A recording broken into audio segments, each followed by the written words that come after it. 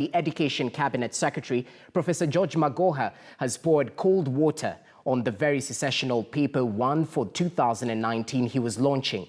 Speaking at the Kenyan Institute of Curriculum Education Wednesday morning, Magoha said it was ironical for a nation to produce impressive action plans on paper, yet no effort to implement them was applied. So all this movement of, oh, we are doing very well, who has told you we are doing very well? The first thing we must deal with, if I look at the two important documents before us, let the truth be told. Dr. Kahiti, a strategic plan usually requires a mid-term review.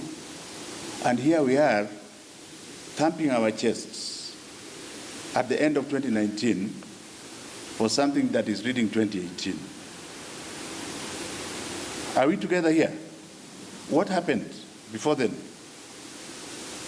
Then the sessional paper we are launching here with a lot of thumping should have been launched earlier. And I want to ask ourselves that I hope, by the grace of God, that I'm able to create a team from you for the short time that I will be serving Kenyans as a CS education. On the same note, Education Cabinet Secretary Professor George Magoha has hinted on forming a task force to oversee the reduction in numbers of universities in Kenya. In recent years, the quality of university education has come under sharp scrutiny, with mushrooming of institutions of higher learning with barely minimal standards of facilities met. With about 45 million, we are heading to 80 universities. It's not just depressing, it's a little bit not very intelligent, isn't it? South Africa, which is a juggernaut in terms of large faculty, money, and numbers, has only 26 universities.